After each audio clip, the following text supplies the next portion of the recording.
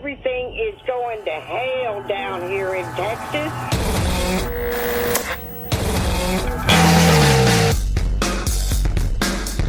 Big Bad Bob with ya.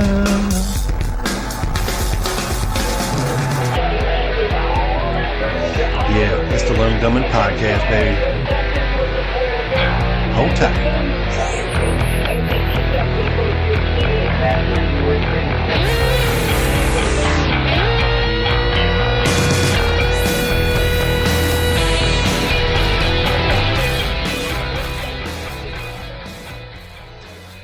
What is up, everybody?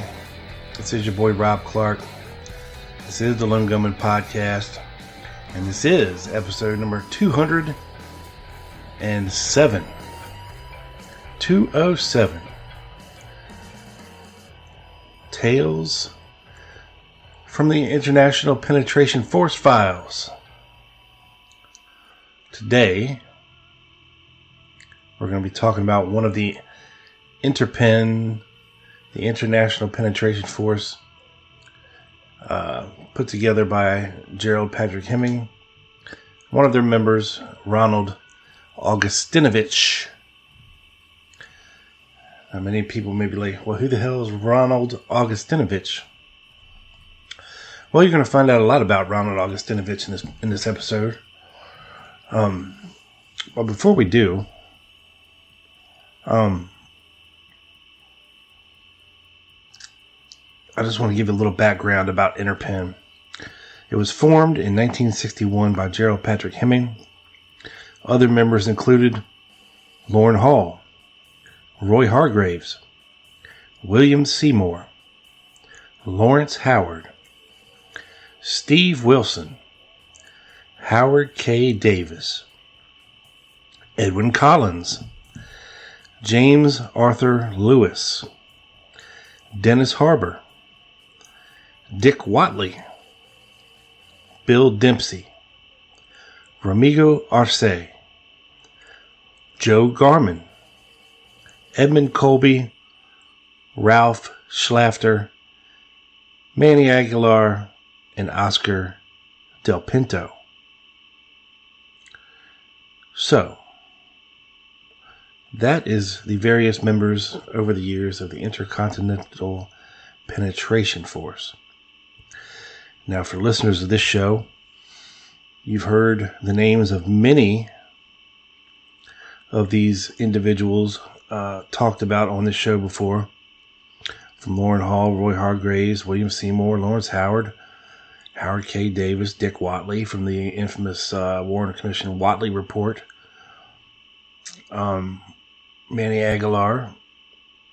People have thought that maybe Ramiro Arce was related to schoolbook depository employee Danny Arce. Well, today we're going to talk about Ronald Augustinovich. Now, it's interesting to note, a couple of years ago, looking through the FBI files, they show that the FBI had an informer within Interpen. His code name was MMT1. Now, we found that MMT1 was actually Howard K. Davis, an FBI informer. In one document dated June 16, 1961, it said that MMT1 had been connected with Cuban revolutionary activities for the past 3 years. One document dated 12 May 1961 claims that Alan Lushane of Miami, quote, had made a trip to Texas to recruit Americans for some future military action against the government of Cuba.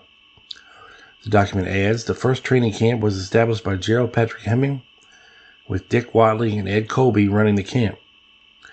In an interview that Hemming gave to John Newman on January 6, 1995, Hemming claims that the FBI informer was Steve Wilson, which it wasn't. It was actually Howard K. Davis.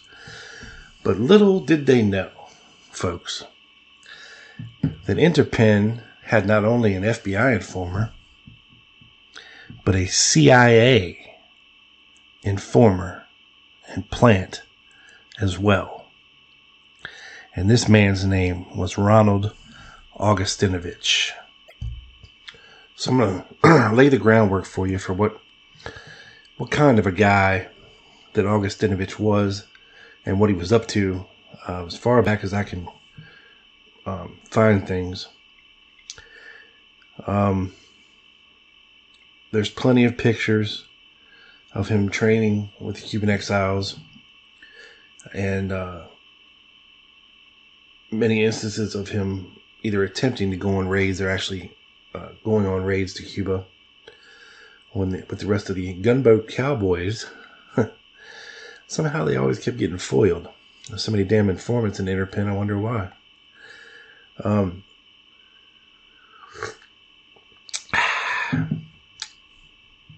So let's go back to this document. This is actually a Department of Justice, FBI memorandum released in 2017. And it's from February 7th, 1968, Miami, Florida. Referring to the SNFE, the Second National Front of Escambray, and Operation Alpha 66. The SNFE is an anti-Castro Cuban revolutionary organization which maintains its headquarters at 109 Southwest 12th Avenue, Miami, Florida. The military leader of the SNFE is Armando Fleites Diaz. And there's also a lot of whiting out. And Ronald Augustinovich's name is inserted right after Armando Fleites Diaz. On January 29th, 1968, MMT1, there's that guy again, a person who recently arrived in Miami, Florida, advised that he'd become acquainted with one Ronald Lee Augustinovich, an American from Phoenix, Arizona. Augustinovich was then residing at room 111 of the Tip Top Hotel, 17 Northwest 5th Street, Miami. He's about 30 years old and claims to be a veteran as well as a helicopter pilot. Augustinovich appears to have considerable knowledge concerning the handling and operation of explosive devices. MMT1 advised that on January 28th, Augustinovich took him to the office of the SNFE and introduced him to various members and officers of that organization. On January 30th, 68, MMT1 advised that Augustinovich had introduced him on that date to Armando Fleites, leader of the SNFE. In a conversation with Fleites, it was learned that the SNFE had been collecting money from the Cuban exiles on the premises that the organization will take some type of military action against the Castro government in Cuba. Fleites said that in order to justify accepting this money, the organization was going to have to perform some kind of action in the near future. With this in mind, Fleites remarked that he was now accepting guidance and assistance from qualified American personnel such as Augustinovich. So, let's pause for a second. I already told you, Augustinovich is a CIA asset plant, and then he was in Interpen. And here in 1968, we still have Augustinovich balls deep in the anti-Castro Cuban exile movement.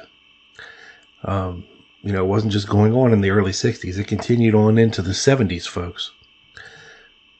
This whole idea of radicals and mercenaries going in and getting Fidel Castro out of Cuba.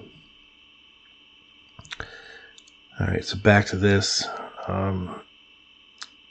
MMT1 said that Augustinovich is apparently participating in some sort of a military training program for the SNFE, and he had in his possession a manual concerning demolition services.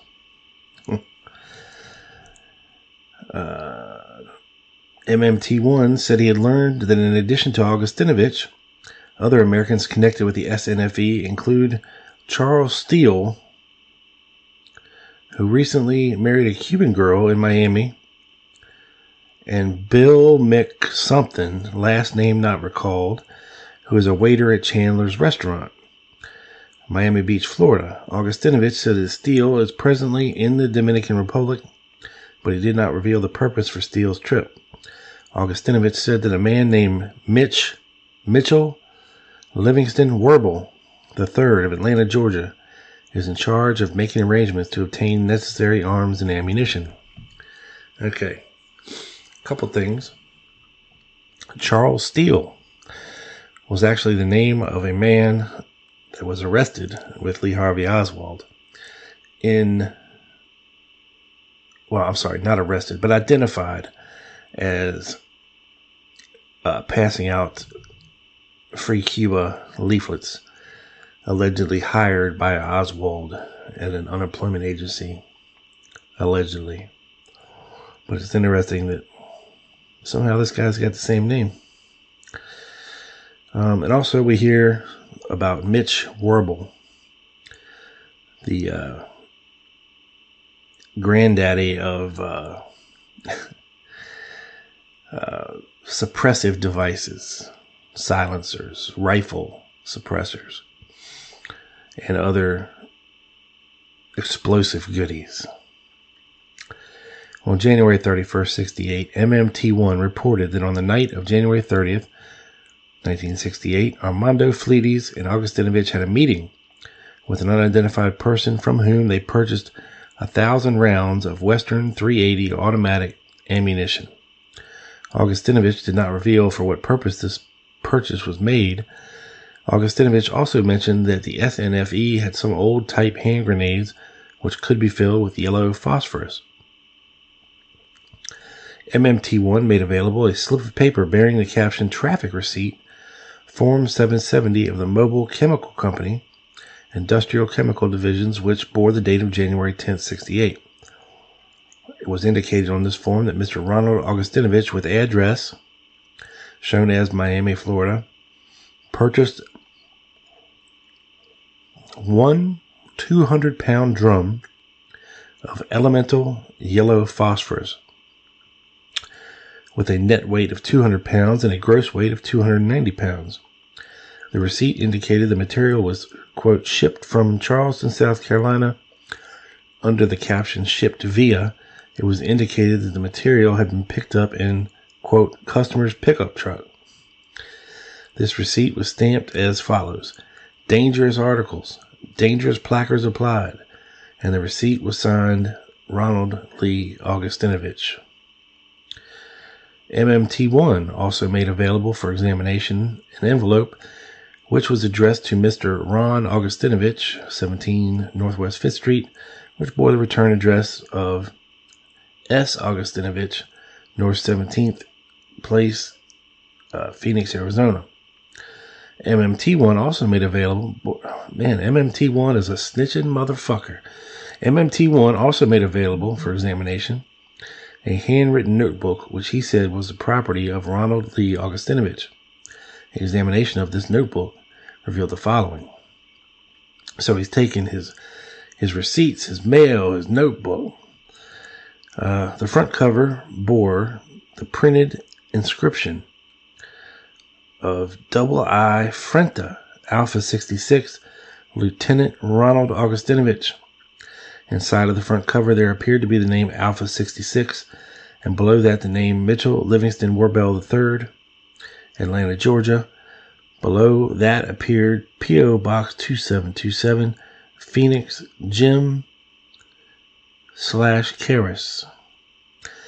The first page of the notebook was headed "Class, Mines, Booby Traps, Demolitions, Saturday, December 24, 67. There followed 3 pages of hand-printed notes relating to various types of mines and booby traps, their use and handling, and thereafter the notebook contained handwritten notes relating to various abbreviations for military use, such as AC to indicate airplane cargo, AO to indicate airplane observation. Several pages were devoted to aircraft identification, setting forth vital statistics concerning MiG-15s, MiG-17s, MiG-19s, the P-51 Mustang, AT-6s, and the B-26 Martin Marauder. The notebook also contained handwritten outlines on demolitions and parachute jumping. Along with the notebook was a loose sheet of paper bearing what is apparently an excerpt from the Encyclopedia Britannica relating to white phosphorus, its characteristics and behavior, and it was noted that this material glows in the dark and takes fire spontaneously upon exposure to air. So there you have a little bit about what Mr. Augustinovich was up to in the late 60s, 67, 68, and the FBI snitch who was snitching on him. Little did he know that Mr. Augustinovich was a CIA asset or plant in these groups and was obviously, what do they call it? Trying to sheep dip individuals into following along,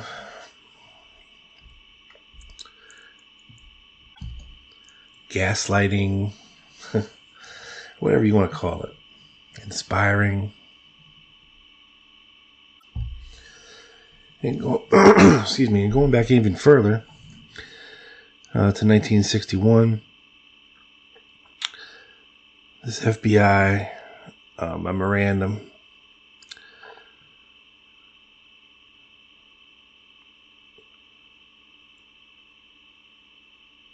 leads were set out to develop information regarding individuals reported to the WFO by Saul Sage, also known as Saul Siegelbaum, to be involved with 1. Interpen, a group of revolutionaries organized in Florida under the leadership of Gerry Hemming, and 2.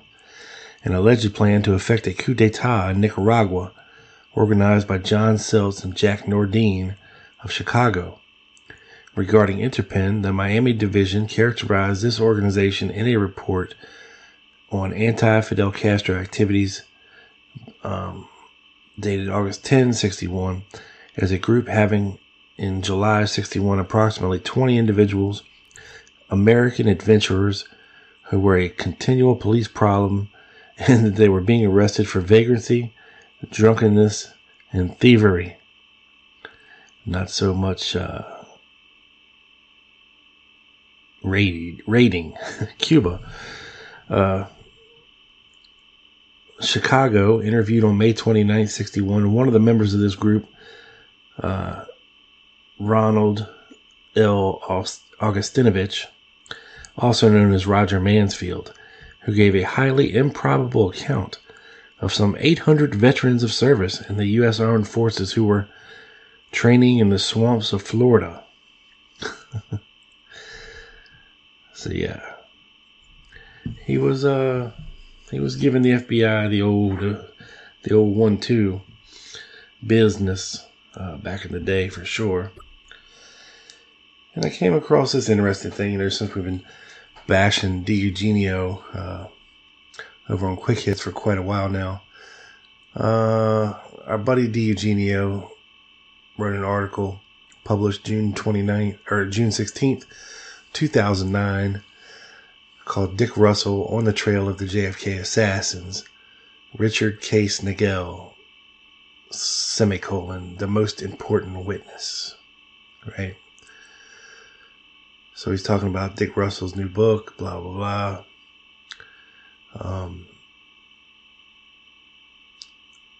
But while we're here,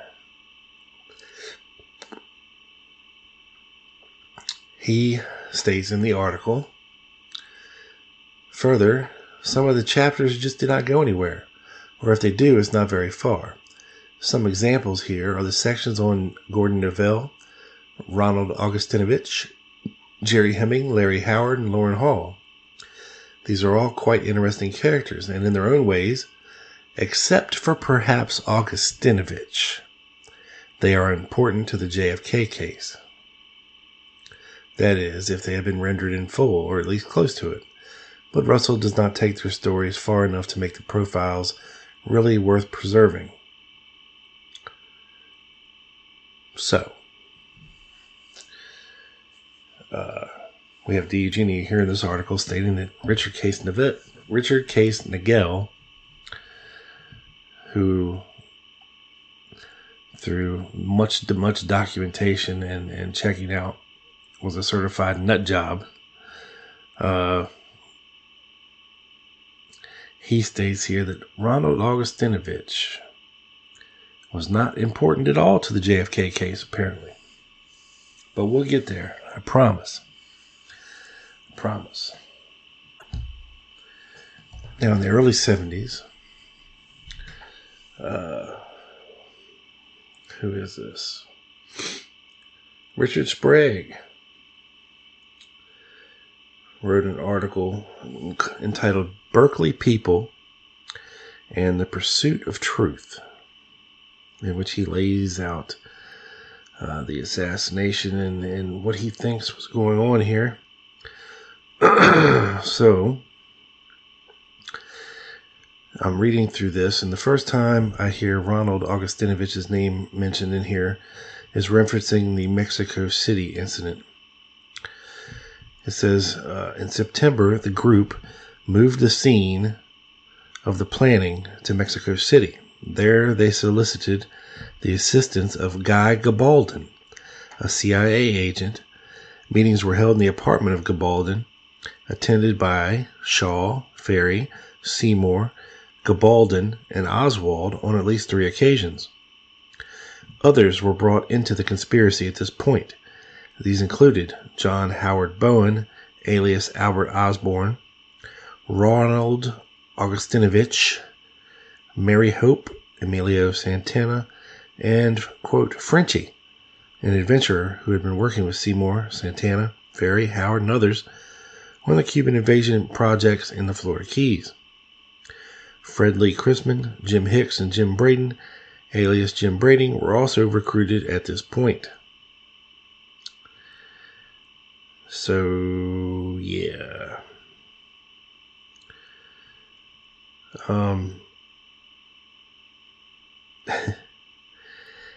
It says, others attending the meetings who were CIA, and Sprague lays it out. He says Clay Shaw was CIA, David Ferry, CIA, Albert Osborne, CIA, Ronald Augustinovich, CIA, William Seymour, CIA, Emilio Santana, and Fred Lee Chrisman, CIA. Now, folks, it says DDP contract or direct agents. So let's see what he's got right. Okay, Clay Shaw was a contact agent for the CIA. David Ferry, it's been alleged he has CIA ties, never really acknowledged fully by the CIA, so I don't know. Albert Osborne, haven't really looked into that guy too much. As we'll come to learn here in a little bit, Ronald Augustinovich is a self-claimed CIA. William Seymour, don't know that he's ever alleged to have been a CIA or Emilio Santana. But Fred Lee Chrisman, it certainly is alleged, and documentation is out there. Fred Lee Chrisman was, in fact, a CIA asset or agent. So, moving forward, I'm trying to cruise through this stuff here a little bit, just to see where he puts Augustinovich in this. Alright, I scan the rest of the plot here. And basically all it says about Augustinovich was that he was a CIA agent and participated in the Mexico City meetings, and that's as far as he went.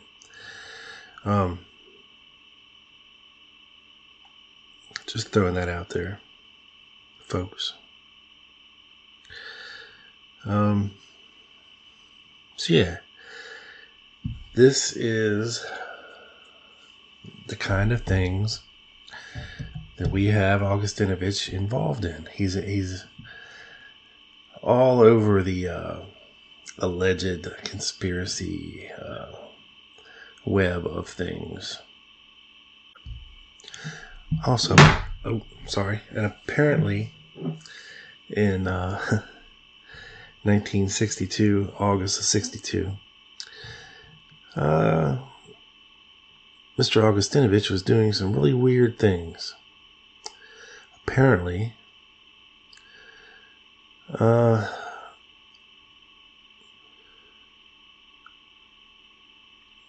Rebule, whatever that is, RE Bulletin, maybe, dated August 1st, 62, which requested observations regarding the mental stability of Ronald Augustinovich, and Indianapolis letter to Bureau dated August 9th, 62, which indicated that Augustinovich was located in, of all places, for some reason, Gary, Indiana.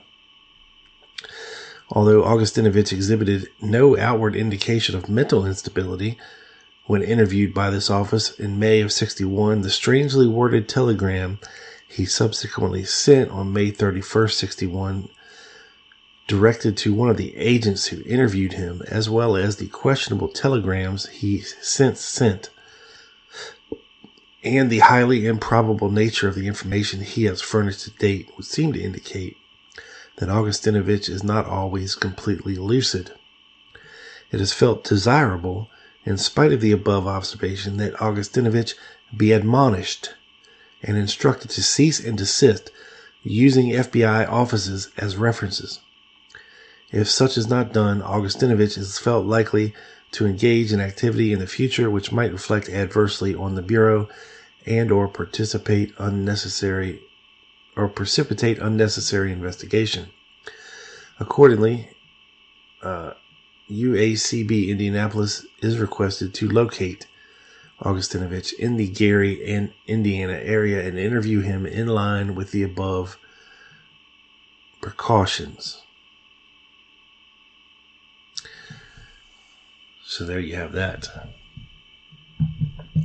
So Mr. Augustinovich doing some crazy things in the early 60s. Actually, throughout the 60s. For sure. But let us fast forward a bit to the 1990s, where Mr. Augustinovich has found himself incarcerated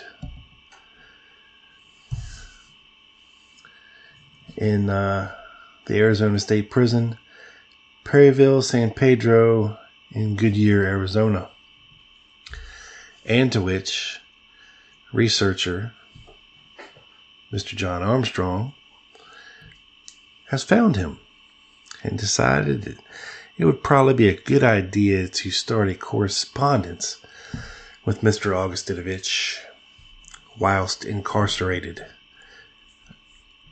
in part due to Armstrong's research efforts into his 2 Oswald hypothesis.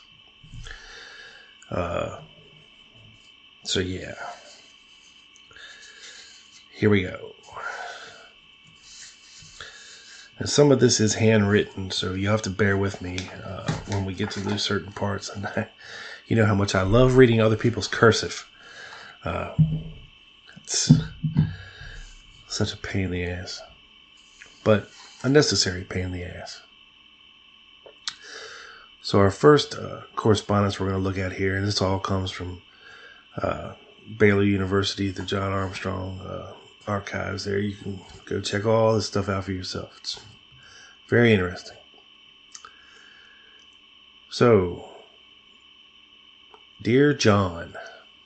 So this is Ronald Augustinovich writing John Armstrong a letter on November the 22nd, 1993. Exactly 30 years to the day of the anniversary of President Kennedy's assassination. Dear John, first news first, went to the parole board and was turned down. A 3-member board and all 3 voted no. You have to understand, I truly am a model prisoner at the lowest category I can get prior to release. Again, I was questioned mostly with regards to my arrest and my military service. I was not questioned with regards to my so-called crime. I was asked why Arab terrorists wanted to kill me. How do you answer that? I just said it was relevant to my background. Oh well, in 6 months I can try again. I received your 2 tapes by John Denver with your note and the book Kill Zone by Craig Roberts. I do not know if you sent me the book or if the author did. I'm assuming you did. The envelope it came in was never shown to me, so I didn't see a return address. I noticed the book was autographed by the author. This is the first autographed book I have ever owned, and I am proud of it. It means a lot to me. I sort of wish it would have been on a different topic. If you're in contact with Craig Roberts, please thank him for me. It is the first book I've read on the JFK thing, and that is the truth. I don't know if Craig Roberts is interested in my viewpoint of his book. I will leave it up to you to relay to him or not if he wants to contact me. Please do make a point to tell him that I am not claiming to know anything of value, incriminating, but just going by my theory of what I think took place. Roberts was, quote, close but no cigar. Before I show off a little bit, I need to make a small explanation. Late 1982, while going through my divorce, I was sent to Miami Beach to the Palms Hotel. Some rich Arab sheik was about to take another young Arab wife who was like 17 or 18 years old, and she was staying at the Palms on Miami Beach. I was going through a divorce and not worth shit as far as work capabilities goes and needed a rest. So, was sent there to report if this new wife got into any trouble while in the U.S. Sheik had some big money deals going, and someone didn't want Sheik getting upset. He was very jealous about his property. It was an easy, lush assignment. While at the Palms, I was contacted by a man who claimed to know me and what I was doing in Miami Beach. An older man in his 70s or 80s, well-dressed and walked with a cane. He had a nice house at the end of Miami Beach, and his wife was dead. Mainly, I just listened to this man. I did very little talking. He claimed to be an ex-judge and ex-assistant director of the CIA. I can't recall his name, but he talked a lot about the JFK thing and a huge money cartel that was really behind it. This was the first time the theory was mentioned to me, and I have always dismissed it as bullshit. But I've always just wondered if the judge was extremely interested that nothing happened to the sheik. Going back to the book, Craig Roberts is close on Watergate, but has the wrong motive for its failure. Ken Dahlberg called me first on what was later turned out to be Watergate, and then some political fundraiser from Texas. When I was informed to utilize Cuban exiles, I backed away real fast. Exiles are known for going to jail without talking. Do you know I was told not to place myself in jeopardy and to buffer my activities in it up front. Does that tell you anything? Roberts, according to my theory, is real close to having actual shot pattern down that was fired. Close but no cigar. No question he is thinking as a sniper, but in 1963, the technology was not as good as what he has had access to. You have to think in 1963 terms. When dealing with any intelligence activity, you must always look for and recognize what is called screening activities. All, and I repeat, all intelligence activities are screened by other teams that do not know the true assignment, mission, target, or whatever. They, as a rule, do not know if they are in fact screening some other team or will be used themselves. Part of Sturgis being in Dallas prior to the JFK thing is true, but the girl Lorenz lied about who was with him. They did drive 2 cars from Miami, but not directly to Dallas. Lucien Sarti was controlled out of Europe by Mario Santos, perhaps Santos Marios, and as far as I know, they did not stay in Dallas. They moved on, if they were there at all. The 2 brothers were Guatemalan JWTI instructors and weapons specialists, not Cubans. Will not comment on Hunt or Ruby meeting. One of the cars they used was a Nash Rambler. Ta-da! He's wrong on the Bay of Pigs invasion as projected in the book. really big time dead wrong. This I know is a fact. Kennedy tried to get the exiles to turn back invasion force and seriously consider intercepting the invasion force with the U.S. Navy. He, Kennedy, at no time promised any kind of support, and acting on info from his military advisors that force had no chance. U.S. 6th or 7th Fleet operating in the area was strictly a deterrent to Russian submarines for interference. Alright, blah, blah, blah. Kennedy sent down orders to people like me that it was his wish no Americans were to participate, and any who did were not to be captured alive. Now, I fucking know what I'm talking about on this. Kennedy did not make only half of the CIA B-26s available. He didn't make any available. Aircraft were requested without authorization. One American officer to another American officer says, "Can you help me? We're in deep shit." The governor of New Jersey that signed my extradition warrant for a misdemeanor also signed an NSA 25-year non-disclosure statement. I am the only one documented. I do not understand you so-called good guy Americans. I do understand you have some doubts. I have one person standing by me, and that is my wife, and she is alone, and you fucking people just ignore her existence. Why? Parole board was slam dunk big time. I am looking at 8 months more minimum. I am trying to overturn board, but it's most difficult, even tough.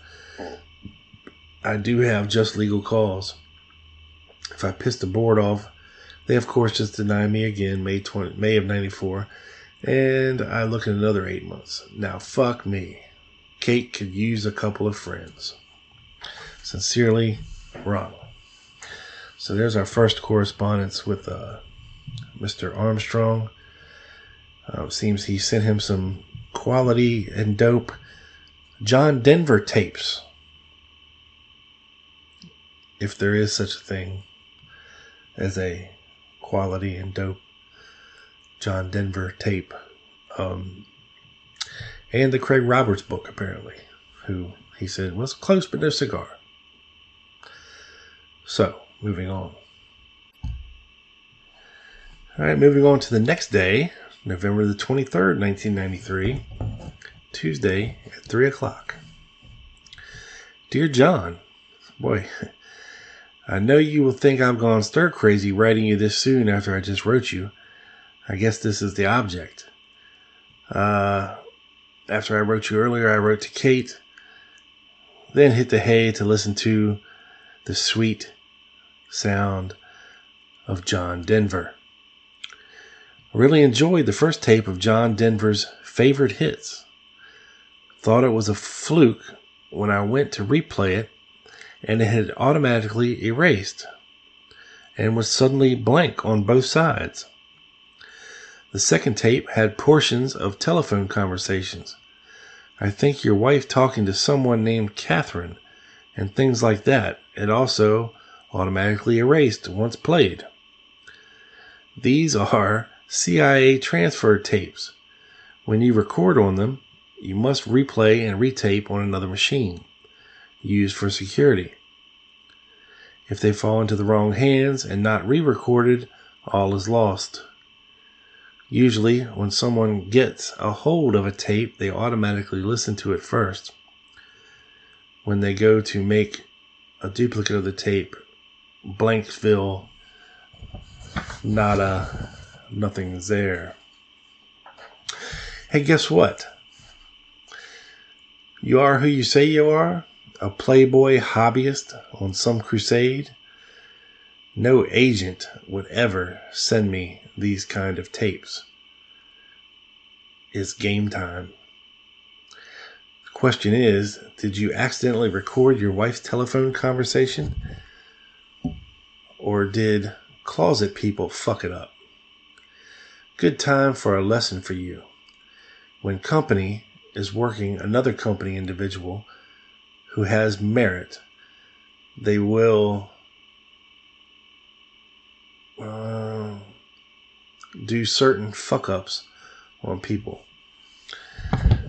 I've read it. Tapes were intercepted. One passed on security tape, Both were supposed to be put on security tapes. This was to raise alarms in my head. Christ, John Armstrong is CIA, not FBI. Whoever did it sent me partial tapes of phone taps. Fuck up. They didn't like playing games with someone caught in my situation. Can it be they on receiving end someday? No, second tape was phone taps, not your recording, made with automatic equipment at phone company. I recognized the familiar beep beep signal. Normally would not mention this sort of thing. Know how far-fetched and out it so sounds to someone in your world. And let's keep this our secret, not to mention to Kate. Although your friend Craig Roberts is not stupid by far, he was off quite a bit in his book. Scares me he had the list on Guy Bannister on page 88. The list was not complete, with some files missing. John Birch Society, the Student Directorate Society, 2 files, one each, on 2 New Mexico senators and their wives. Dismantling of defense. U.S. was due line computer disk threat retaliation we knew had been compromised. The B-70 bomber was planted info to Russians. Anti-Soviet underground, another plant. Civil rights pregame of JFK was supposed to have been destroyed. We don't want to get into that. International Trade Mart, I don't know about that. Should have been some files and combination potatoes. Why your wild check? Bergen County Jail in Hackensack, New Jersey, when I was there in 66 and 67. Should find out that Roscoe White was my cellmate for 3 months. Do what? Do fucking what?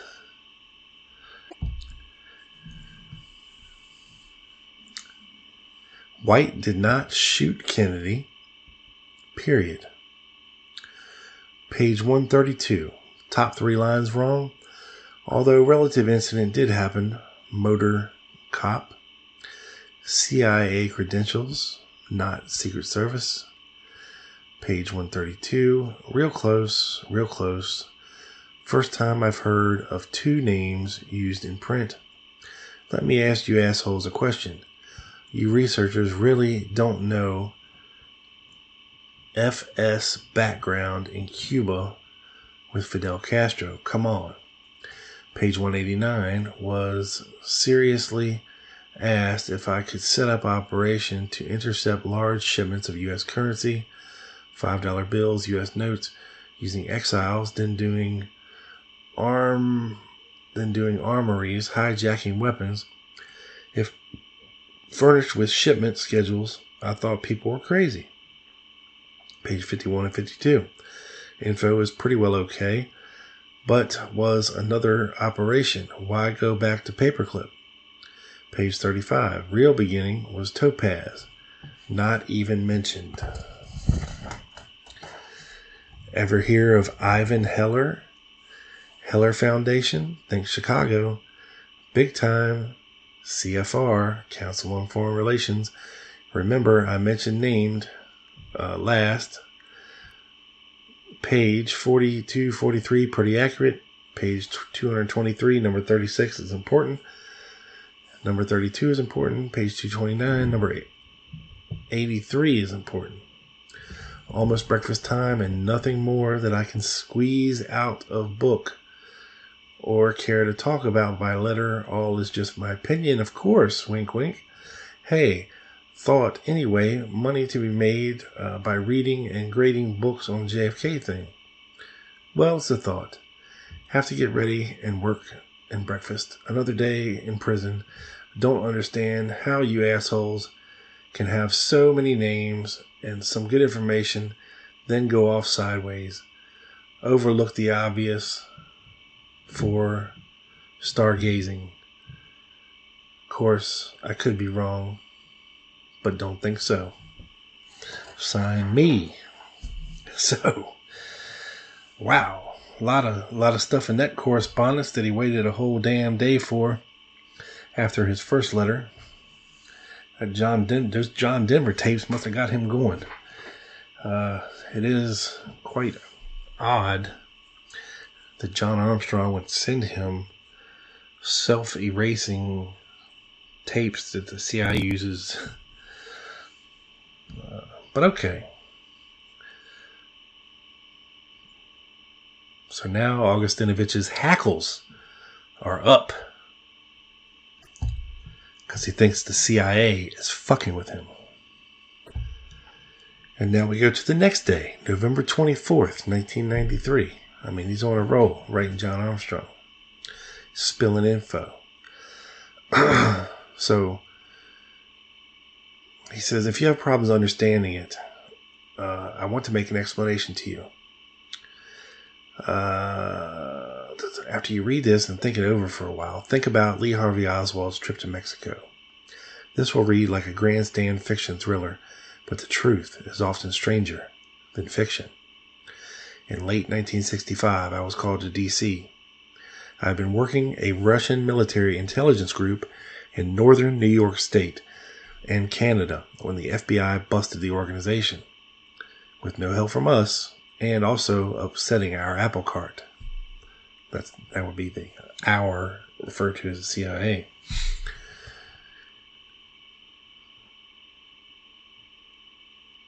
DC instructed me to try and defect to Russia. Big time, I was most against this and strongly voiced my opinion. To make a long story short, I ended up doing as told. I contacted a Russian official with the New York consulate office and arranged a lunch meeting. I told him I wanted to defect. He left and made a phone call after getting just basic specifics from me, name and age and stuff like that. Unreal he would transmit this meeting agenda and that information by phone. Big mistake.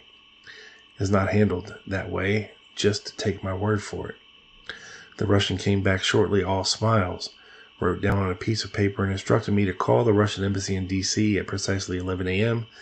and tell whomever answers the phone, this is Ronald and I'm coming in at 1300 hours. I was to get the phone number for the Russian embassy out of the D.C. phone book. Then at 1300 hours, I was to walk into the embassy. Following morning, I called the Russian embassy. I said as instructed, this is Ronald. I'm coming in at 1300 hours. A girl answered the phone and started screaming, not hollering, not talking loud. She was screaming, Ronald, is it really you? It's Ronald, and he's coming in. She was still screaming when I just hung up the phone. At 1300 hours, I walked into the busy, very busy embassy. I could feel the cameras on me, the tapes running, the shutters clicking. The embassy was very busy, and I had never been in there before. I stood up for a moment looking for where to go, and there were people lined up in front of the receptionist's desk. The receptionist looked up and saw me. She jumped up, ran over, and hugged me, shouting, Ronald, it's really you. You've come home. 2 men in suits rushed over and grabbed me and cleared away through the crowded room. I was taken downstairs to a room in the basement and offered food and drink. 4 men came into the room. 1 sat behind the desk, 3 stood. The man behind the desk spoke fluent English and introduced himself, and the other 3 men, he had an extremely nice smile and was overly polite. I was told immediately if I truly wanted to defect to Russia, that I would be accepted, but first they wanted me to have some time to think it over. He handed me a file, and the 4 left. I opened the file, and it was my file, more detail and more info than imaginable. They had grade school records, photos, all the way up to the present. Shit I had forgotten about. About 30 to 45 minutes they came back into the room, all smiling. I heard a 15-minute pep talk about how my country was shit, didn't care about me, and considered me expendable. I was told that once in Russia I would be well treated, furnished with an apartment, car, and a job if I wanted one. I would also be furnished with a monthly check from the Russian government, sort of a retirement check for as long as I lived. However, I would not be used in any way in the intelligence field or be allowed to be on or close to any military installations. I could date or marry or do what I could to be comfortable and happy. I would not be asked to make any press releases or used for propaganda. There would be no publicity concerning my defection. I thanked them very much and asked if I could be free to leave the embassy. I was assured I was free to go and was escorted back upstairs. I, of course, made full disclosure to the company. Was not reprimanded for not defecting. It's a bit more than I'm not saying right now, but you get the general picture. So, the phone rings, and it's my friend calling me from Russia and wanting me to come to Russia with no strings attached. I declined. A couple of days later, my trailer blows up with me napping inside and unconscious. I was taken to the hospital. When I awoke, the doctors were talking to me in Russian. In 1989, I was located and extradited and sent to prison.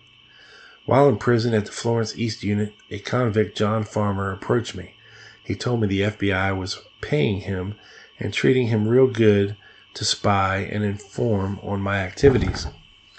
He started splitting his store with me, and I started writing some interesting reports for him to turn in that indicated that I was a Russian agent. I know this sounds stupid, but I was then and still am pissed, and I knew they would throw me out of prison, which they did. No parole board, no nothing, just out. I was on parole. I did take the fuck off. CIA ran me down. A friend of mine, Stan Wasserman, brought me back and hit me with another charge. I was given the opportunity to take an assignment and all would be cleared up for me, which I refused. That's why the two files on me in Vegas, one showing extradited to Arizona and one showing my release from the Vegas County Jail. I'd be sitting in the world of shit here. I have one person standing by me, and that's my wife, Kate. Jimbo also, but he is barely able to take care of himself in his new civilian role. When your friend sent me the book and autographed it, this is what it said. To Op A, also known as Ardnas, also known as Ronald Augustinovich, who knows what it is like to live in the, quote, shadow world. Best wishes. Signature, 1993. Now, whatever is going on with you, be clear on one point. I am American, and I am Ronald Augustinovich, and I don't deserve this fucking slam dunk in prison bullshit. My desire is leave my old line of work, live with Kate, and put all this bullshit behind me. I'm not stupid, and not have ego problems. I am not really interested in making it into any books, but if I do, I want the story to be half-assed straight. I do not want my loyalty questioned, and I am not Russian or any kind of double agent. I would appreciate it if you will keep this in mind. Respectfully, Ronald L. Augustinovich. So, now we have Augustinovich in 65 doing things like trying to infiltrate Russian intelligence cells, CIA wanting him to defect to Russia, the Russians being on top of it, knowing who the hell he exactly is, and him not doing it, them trying to set him up, even moving up into the 80s and 90s. So, let's just say that Ronald is not a very happy camper at this point of the game. And it's about to get real for Mr. Armstrong.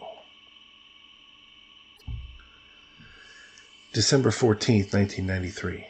Dear J.A., received your letter of 12/10/93. I'm most interested in the book written by your friend Mars. Want to explain. My wife Kate is most anxious I break off contact with you. She is sending money to Jimbo and helping him set up in Tucson, and Jimbo, seeing a gravy train, is of course taking her side. In my mind, most of the JFK thing I understand, and I don't see how researchers have missed the boat so badly. I do understand the many screens put up by the government to lead such researchers astray. All the screening activity was and is handled by the CIA propaganda section. Was then, is now, not by field or contract agents. Facts. Number 1. The CIA was overexceeding their authority and conducting many covert steroid operations which Kennedy opposed and wanted stopped. JFK seriously considered bringing up CIA officials on charges and putting them in prison. This included me. 2. When JFK came into office, he was unaware of what he inherited. A. JFK did not know when he sent troops into the Dominican Republic that he was fighting CIA exile fish forces on a sterile operation. CIA using such forces to duplicate communist guerrilla forces to indicate threats to the world that was non-existent. Kennedy was pissed when he found out, and really pissed when he discovered the U.S. Army, SWG, lieutenant in Dominican Republic with fish forces did not want to engage U.S. forces and requested permission to be extradited. He was ordered to engage and furnished with U.S. forces, operational orders, placement, and assigned targets. USA also brought in 6 F-51s for air support against U.S. forces for air cover during the operations. B. Kennedy really pissed when he found out Shea was acting under CIA orders and supplied by CIA and not Fidel Castro. Get the picture? Not to mention Nigeria and South Africa and such. C. CIA furnished all leadership and intelligence for the assassination of President of Dominican Republic Trujillo. This was JFK's friend and ally. D. Bay of Pigs was not JFK's fault, and I know the real untold story. E. JFK had never been told that U.S. intelligence had been totally penetrated and compromised at high level or levels. F. CIA was on Castro plot to assassinate JFK from second one and had the plot penetrated. Assassins were brought into the U.S., the Cuban intelligence leadership through CIA network through the Dominican Republic. I know this for a fucking fact, and it had always confused me. I also have never told this to anyone. G. Oswald was naval intelligence assigned to CIA, period. H. I have always understood CIA does not have the responsibility to protect the president. I do not understand many happenings, quite few concerning me. I know for a fact FBI was kept informed of the Castro plots. I know this for a fact. I understand it was a great opportunity for CIA in trying to get a FAPI member inside Russian intelligence and maybe have success at discovering high-level penetration leaks. All was geared for this assignment, and it took total importance and priority. J. I never understood why we lost JFK. Was told that regardless of his rank, we lost only one man that day. To think of it that way. I know Johnson knew most facts. I was presented to him at his ranch prior to JFK Day. K. Warren report and such was protect the FAPI team trying to make penetration, not the JFK assassins. This was what I was told, have always believed. I led the fucking team. I do have unanswered questions in my mind and do wonder if I was used, misguided, or stupid. Whatever. This is just a quick, brief rundown, a lot of open areas, of course. The big question for me is, JFK called me to Washington, had me placed under arrest in Guatemala and flown to Washington. He read me the fucking riot act and threatened me with prison. I did change his mind and he ordered me back to service. I started receiving very weird orders from JFK, but was never able to truly verify orders were from him. I did try, I even called the fucking White House by phone and tried to get him on a regular phone. I was severely disciplined for that. My present situation has nothing to do with JFK bullshit as far as I know. It's other problems, but I am really catching slam dunks here. I am who I say I am, for Christ's sake. Do you think government laid away Garrison because he was on the wrong track? I truly am not interested in publicity or solving the JFK thing. I am just trying to get out of prison. I truly do not deserve this catharsis. I have kept my mouth shut for years and always did as directed. I am just tired and want out. I'm burnt out. I do think the story could be told without using my name and causing me problems. I have no interest in exchanging one prison for another. I have no interest with other foreign countries knowing who I am and seeking retaliation for other events. I think JFK researchers could put together and leave me out of it, or at least not identify me by name and such. Shit would be over, and no one would believe it. If you assholes would check, when Garrison came up with my name and position and started looking at me, I was arrested and put under wraps in jail, extradited on a misdemeanor warrant under the National Security Act. He's right on that JFK wanted to close down the CIA. Kennedy had gone to some sort of closed-door congressional session and made points concerning national security. The CIA was over-exceeding their bounds and authority, requesting that FBI investigate the CIA for this. Congress agreed. Yes, I know what points were made in this secret hearing, and don't tell me this didn't fucking happen either. Fuck. I told you to get a hold of Kate. This is for John Armstrong. If you fucking researchers are going to write, get your facts straight. The only ones who fought at the Bay of Pigs were Americans. Cubans all threw up their hands and begged for mercy. The entire 2506 whatever division was infected with Fidel Castro agents. Find out about Operation Pedro. Mr. Roberts went from November 22nd, 63 forward in time. He should have went backwards to the overthrow of Batista, Captain William Morgan, Dominican Republic, Haiti, and so forth. This would have led to South Africa and other points of interest.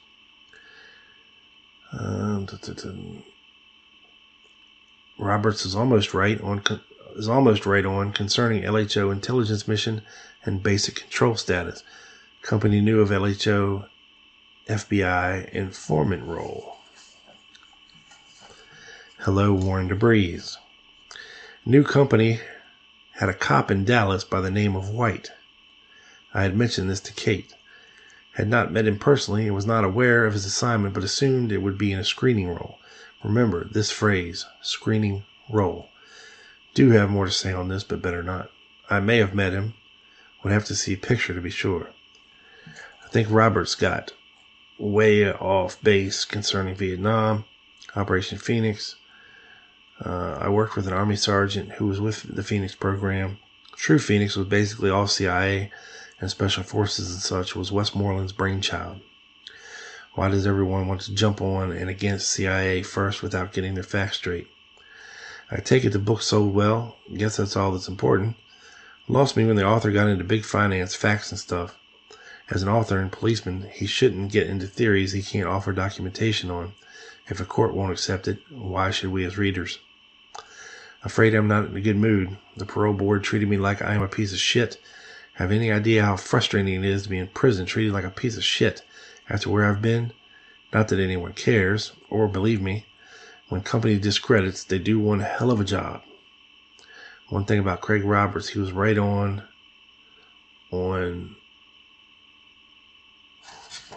something. I can't read that part.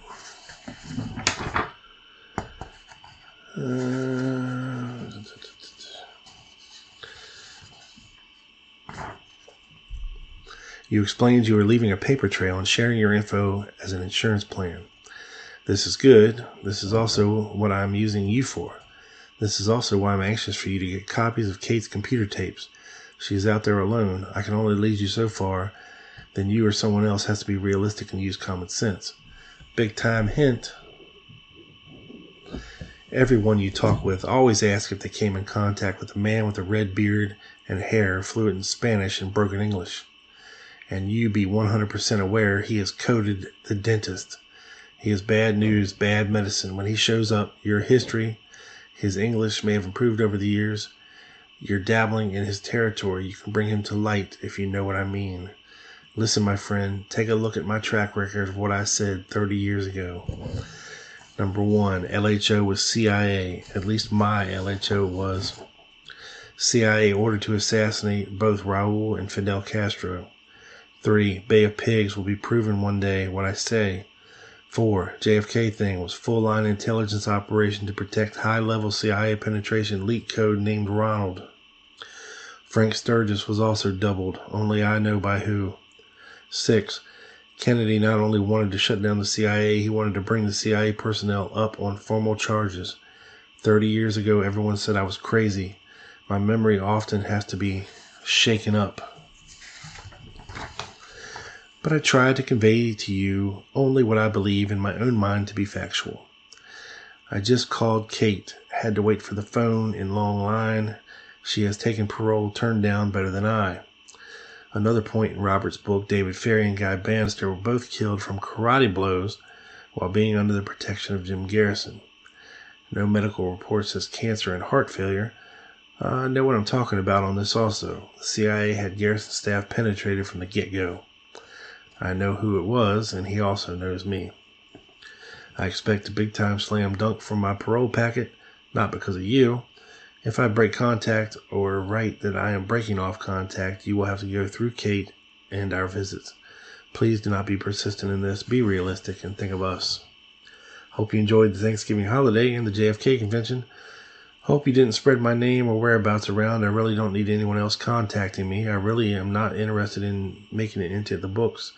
Just a paper trail and maybe a little leverage. Haven't fared too well so far. If all paperwork on Powers is gone, talk with Jimbo. Me. So, there you have it. We got some more interesting tidbits from Mr. Ronald Augustinovich.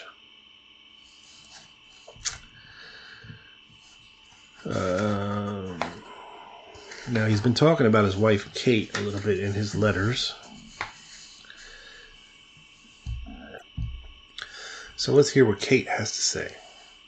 This is a letter to Robert Hirsch, Esquire, from Hirsch, Davis, Walker, and Picaretta, Tucson, Arizona, on December the 29th, 1993. Dear Bob, my husband, Ronald Augustinovich, wrote you last week to inquire about a special action to overturn his denial by the parole board last month. Unfortunately, he had an incorrect address and his letter was returned to him. We were married at this time last year and have basically told no one of this. I think the situation is not good for my business and he is extremely difficult to explain. We would like to know from you if he has any chance worth taking on the special action. If so, number one, would you have the time to undertake it and what is your fee for the work? Number two, if you're not interested in the work, could you refer us to someone you think would do a good job? One difficulty for us is that we only have a limited budget with which to work. I'm not looking for favors. Just an FYI, I had to file for bankruptcy in 92, and I'm not that far along yet to have a large war chest. In way of background, Ronald has been trying to, quote, retire from the CIA for nearly 10 years. One is not allowed simply to retire with grace from the CIA. Much of his career was as a deeply covert double agent. Ronald was the ranking American working with the Cuban exiles. Yes, that means the Bay of Pigs, exploits all over Central America, South America, and Africa. During Jim Garrison's investigation, he was implicated in the JFK assassination. He was part of a CIA program coded FAPI, F-A-P-I, Foreign Agent Penetration Identification, designed for agents to penetrate behind the Iron Curtain, especially Russia. Lee Harvey Oswald was on his team. And yes, Ronald was in Dallas on November 22nd, 1963. Pay attention, folks. He moved to Phoenix in 1968 and opened an office as an insurance investigator running a company called Missing Heirs and Beneficiaries, Inc., until about 1983 when he hit a period of having a nervous breakdown and getting divorced. He also had some problems with the project, having as one component the disappearance of a professor from the University of Colorado on a teaching assignment in Mexico. His career is so bizarre as to be difficult to credit. I've enclosed an article from Newsreel that is about Ronald, just by way of background. This issue went into overrun printing, but the magazine went out of business after this article. The CIA is a most powerful organization.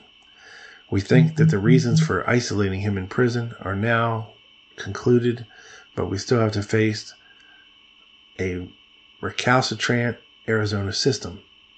I can be reached by phone at home before 9, and I'm usually home around 3. Bob, I really appreciate you taking the time to go over this material. I value your opinion so highly. I do admit to putting in some extra material so that even if you think it best not to take action or to work with someone else, you at least had some mail, not quite in the ordinary stream of letters. Thanks again for your time. Sincerely, Kate Avery.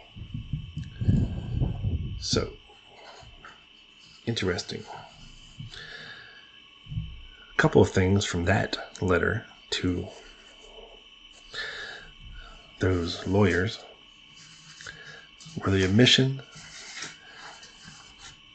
that Ronald Augustinovich was part of a CIA program coded FAPI, the Foreign Agent Penetration Identification Unit, designed for agents to penetrate behind the Iron Curtain.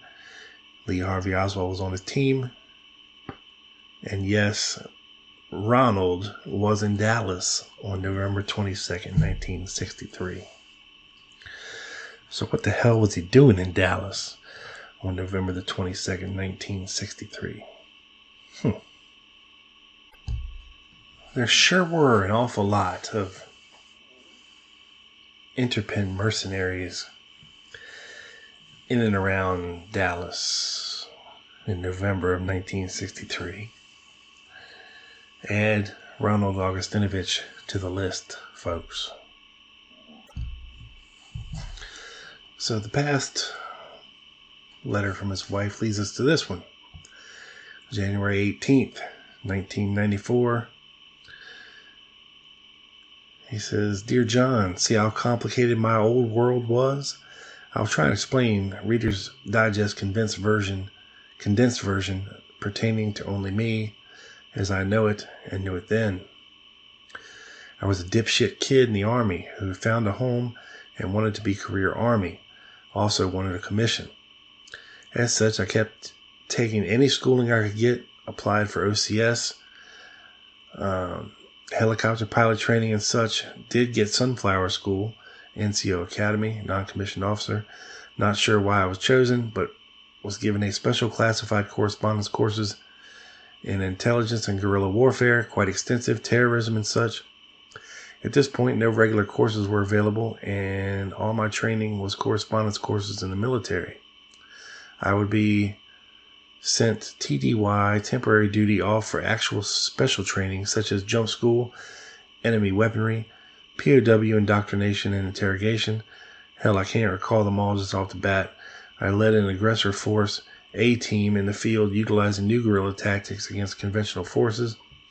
I was trained in penetration, going against secret bases and such, mostly SAC B-52 bases and Army missile installations.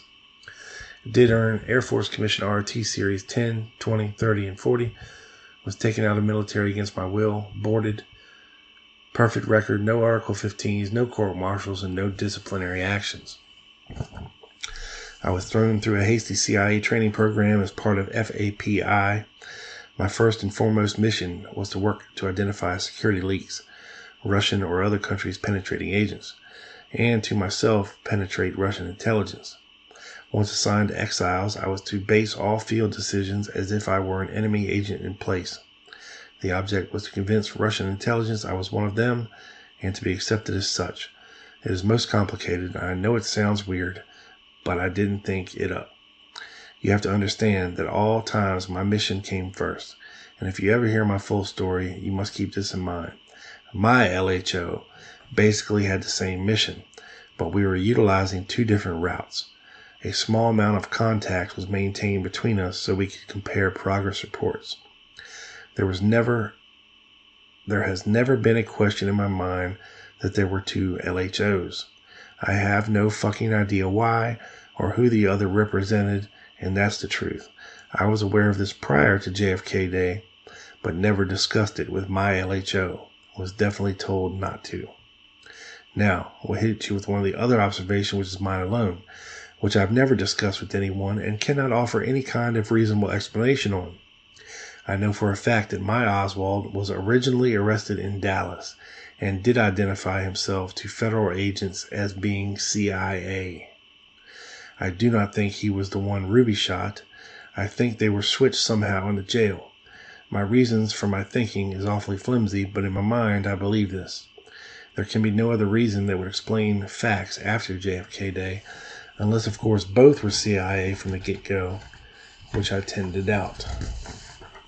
There's a lot I honestly do not understand myself or know the answers to. Not sure if I really want to know the answers, except it has always bothered me. Kate and I both have full copies of Newsreel, and if you like, I will have Kate send you a copy. It was furnished by Frontline. To be honest, I've never read my copy since I got it. I don't know why, I just have no interest. It is not that I lied to Newsreel. I had a lot of pressure to do so and refused. The basic story is right. I just didn't tell the entire story as I know it. I can't be held liable for what others say or have said in the past. I only know, quote, what I know. LHO did not at any time know my real name. He knew me by 2 other names. Only a select few exiles knew my real name. The real bummer came when the tabloid article came out on me with some depth just out of the blue. CIA had no prior warning and was upset big time. This would have been in 69 or 70. A lot of the information was from the real original Garrison investigation, to include Caroline Gelrick, and info furnished Garrison by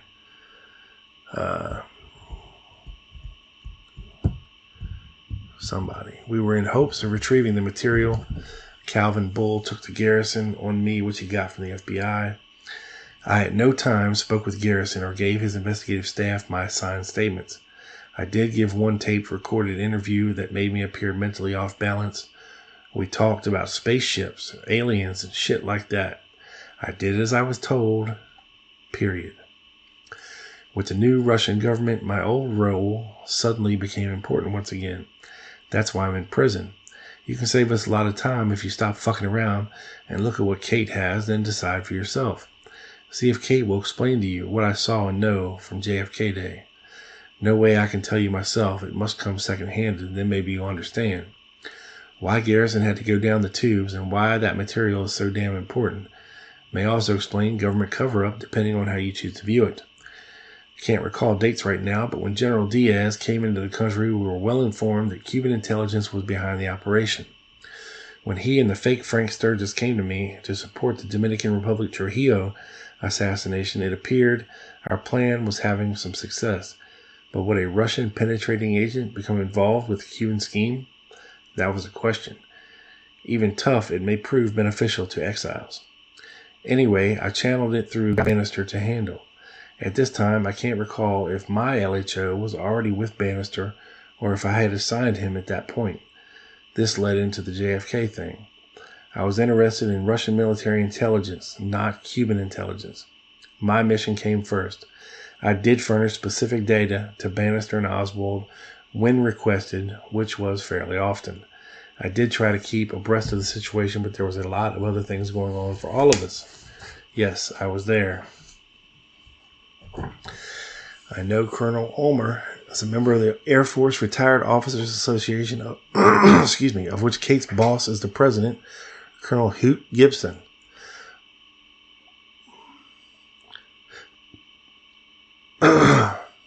If I had merit in the 60s and still held merit in 1991, it stands to reason I have merit. At least that's the way I look at it. Maybe you people think differently. If you want a field day, look at my 2 convictions. I really think if you talk to my judge, Leslie Miller in Tucson, she will tell you she had an FBI intervention and pressure concerning her sentencing and attitude. She thinks I'm a bad guy. Didn't bother to hear my version of the story. For what it's worth, all my license applications listed 59 to 68. Mercenary, intelligence officer sanctioned by an intelligence agency of the U.S. government. Last assignment, 11 Fronte de Escambria Alpha 66. You will find this on all my license applications, Arizona Department of Insurance and Florida Department of Revenue for agency private detective license.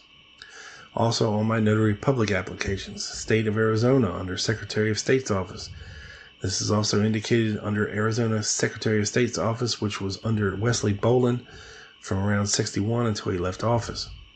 He furnished me with an Arizona private detective credentials prior to Arizona having a licensing law. If it's make-believe, it goes back a long time. Did not see anyone documented in the books. Didn't see anyone documented. Hey, take my word for it, for sort of stuff. If it is what the government wants or doesn't care about, it's okay to print it. That's the way I see it. Look at what you have come up on Oswald. Would you say anyone has really truly looked before you? I think not. You can see how confusing it becomes when you dabble in my old world. Alright, I got things to do, still have Kate to write. I'm behind writing a few others. Have to get ready for the work week tomorrow if we have one. Say hi to your wife and family. How did the Corso meeting with your author friend Mars come out? Are you going to invest? Had to put that in. Did you get the parole packet? Do you understand it?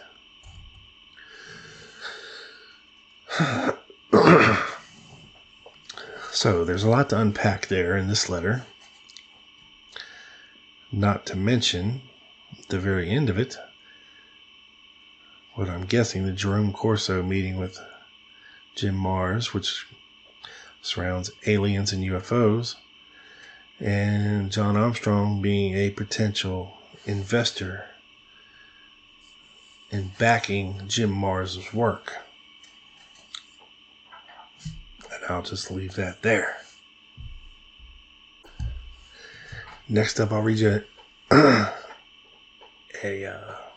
portion, not the whole thing, but another letter from February 94, where he says to John Armstrong, I want you to listen to me. Anyone from my world who is truly genuine, you will have much problems with the time frame matching their story and comparison technique. Anyone who is genuine has in place documentation to show they were somewhere else, and as a rule, they knew about it. You will even find people who will swear they were somewhere else. Time frame will seldom match a story.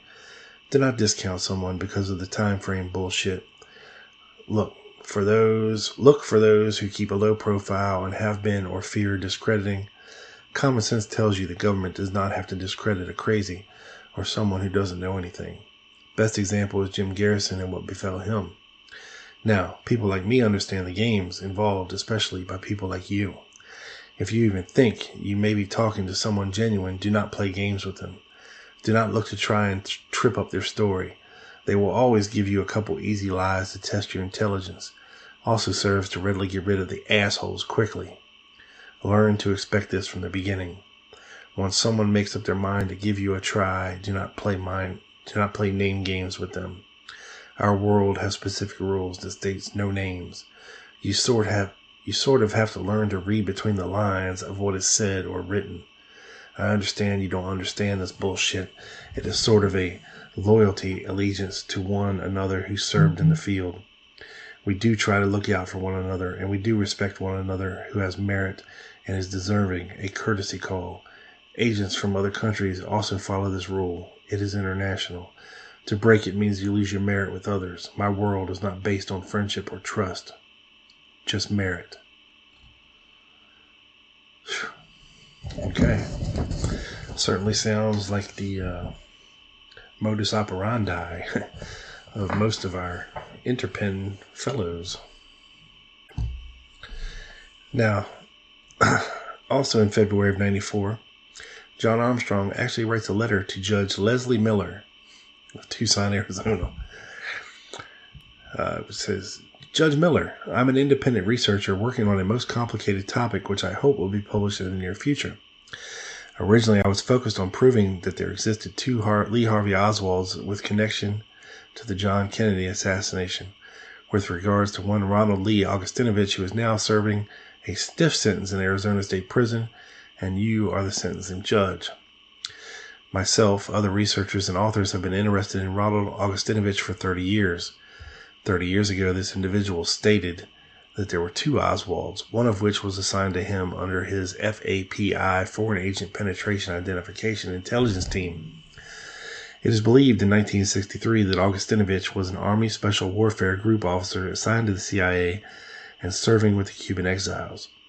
I have a document from the files of New Orleans District Attorney Jim Garrison in which it stated that, quote, Augustinovich is probably the only living individual who can openly verify that Lee Harvey Oswald was American intelligence. You can understand my interest in Mr. Augustinovich. For instance, Interpol issued a memorandum in 1990 that an Arab terrorist group is trying to locate Augustinovich for assassination with regards to a cooperative mission undertaken in Canada with U.S. intelligence and Israeli intelligence. No specifics given.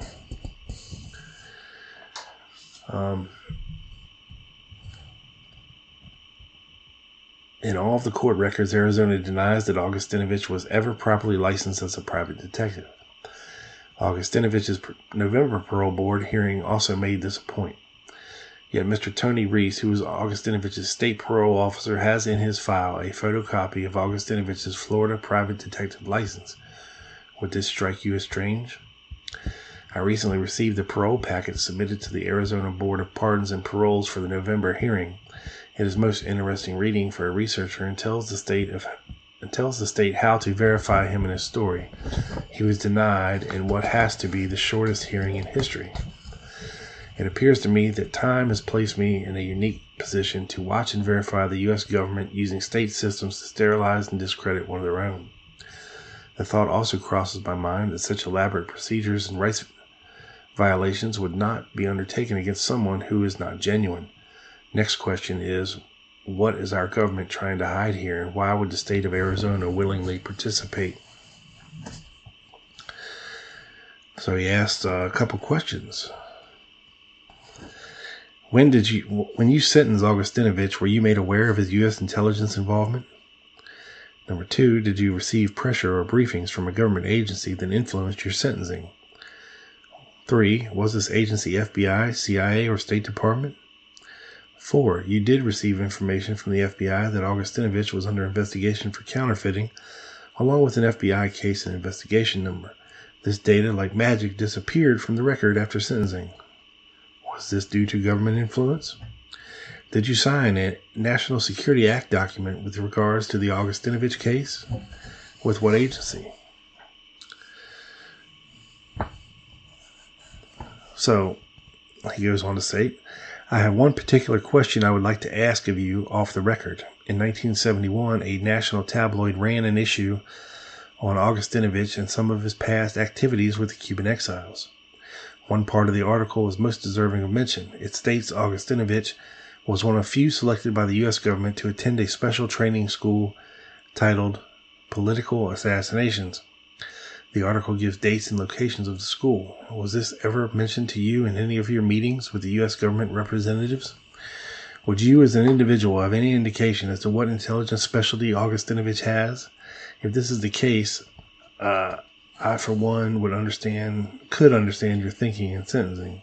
I want to thank you for your time and consideration, and do hope you'll think this over and respond with your comments. Sincerely, John Armstrong, Tulsa, Oklahoma.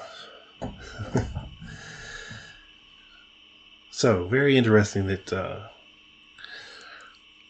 John Armstrong believes in this guy, Ronald Augustinovich, so much that he writes a letter to a judge in Arizona, basically accusing them of bending and kowtowing to a federal intelligence agency telling the state what to do with one of their prisoners.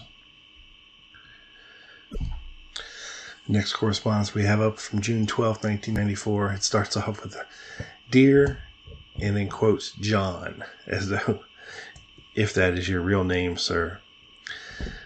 Still no news on my date of release. Should come in a week or so. Couldn't come at a better time. Temperatures here are hitting 110 in the desert. I'm sending you an article which appeared in the Tucson newspaper written by Paul Garbler. It's strange he wrote it, volunteered it for publication, tells only 20% of the real story. When in Moscow, Garbler, quotes, did get credit for turning Lieutenant Colonel Oleg Penkovsky into a double agent. He was promoted for it, and in the process, CIA furnished Lieutenant Colonel Penkovsky with good information to enhance his credibility. In hopes Penkovsky would be promoted and have access to better information. We lost in the trade-off of information. So basically, that's the gist of that letter. He says, Jimbo seems to be doing fine. Plenty of work in Las Vegas. And hope all is well in Tulsa. Your friend, me. Ron Augustinovich. So now, apparently, we get down to the last couple letters here. We have two more. And apparently now, as of December 1994, December 9th, Mr. Augustinovich has made it out of prison. Hallelujah. Praise be to Allah. But the tone from Ronald Augustinovich has taken a slight turn. Dear Mr. Armstrong, no more John, no more Jay. Dear Mr. Armstrong, wow, what a surprise. Never thought you would have sold out. Can understand me and Jimbo selling out. We're trying to survive. You have the resources to resist. You are a bigger piece of shit than Jimbo and I are. Guess that makes me feel better. I told you over 2 years ago that Jim Mars is controlled by the CIA. He teaches and prints what they approve. Look where you are being led, asshole. You have the documentation on 2 Oswalds. You know Oswald was U.S. intelligence.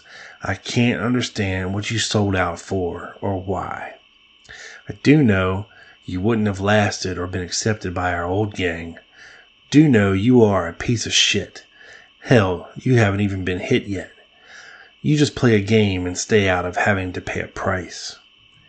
The deal I made was not to talk with a Mr. Raymond Gartoff, who is a senior fellow with the Brookings Institute. His home address is 2118 Bancroft Place in D.C., by the way, zip code 2008. Home telephone number, this. When you find out the score and what a fucking idiot you are, consider contacting Raymond Gartoff yourself and turning your material over to him. I don't think he can be bought with bullshit, but I know you can.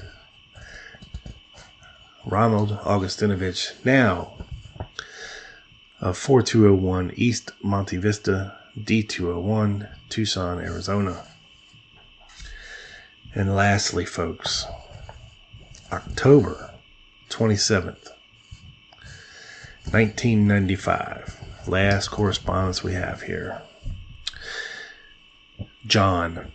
No dear John, no dear Mr. Armstrong, just John. With regards to our last telephone conversation, I understand you are not kidding when you stated that Fidel Castro identified me as a Russian. I understand you're busy and overwhelmed with paperwork, and I do not rate highly on your list of priorities, none of which bothers me. It's your decision to follow the general trend and to miss the boat. Concerning myself, I want you to take my past career in proper perspective and understand priorities, sir. Keep it in the back of your head and use it to put the puzzle pieces in place. Number 1, late 50s, the CIA went to military intelligence for help. A special program was implemented using then active duty military personnel on special projects. I am sure I am not aware of the complete format or goals of this special project. I do know what part I played, what I was specifically trained for, and why, and I was taken out of the military for this mission. Number 2, my assignment was twofold: to impersonate a Russian charm school penetrating agent with hopes of somewhere down the line my being accepted by Russian intelligence. To penetrate Russian intelligence, my activities would also be used to test the effectiveness of our different counterintelligence organizations. LHO was a part of my group, period. I know you won't understand this next statement. Not sure if this makes you an asshole or a dipshit. Unless you get it through your fucking head, you and others will never recognize important puzzle pieces when you see them. The mission always comes first. When faced with decisions, one always bases all decisions on what is best for a successful result of the primary mission. Only conflict comes with this would be, of course, self-survival, which often comes into play in reasoning. I went to prison because the CIA wanted to utilize me once again to try and penetrate Russian intelligence after the breakup of the Soviet Union, And I said, no, kiss off. I had and have had enough. Any research won't make sense unless it is evaluated by a historian with an intelligence background. Don't be a fuck up and come to conclusions that you are not qualified to make. I have earned and am due this respect and consideration. Me, Ron.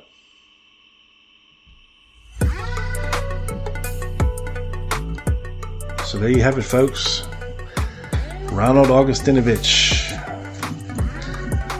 Can we put any stock in what he's saying? I'm going to leave it up to you to figure out.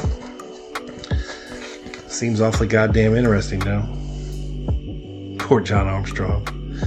In over his head on that one, for sure. Follow along on Twitter at the Lone Gunman 7. Make sure you subscribe to the Lone Gunman YouTube channel. We're almost there, folks. And I hope you enjoyed that episode. I know I enjoyed making it for you. Thank you so much. And make sure you check out Quick Hits, a JFK assassination news and notes podcast hosted by myself and Mr. Doug Campbell of the Dallas Action. And we will see you next time. Peace.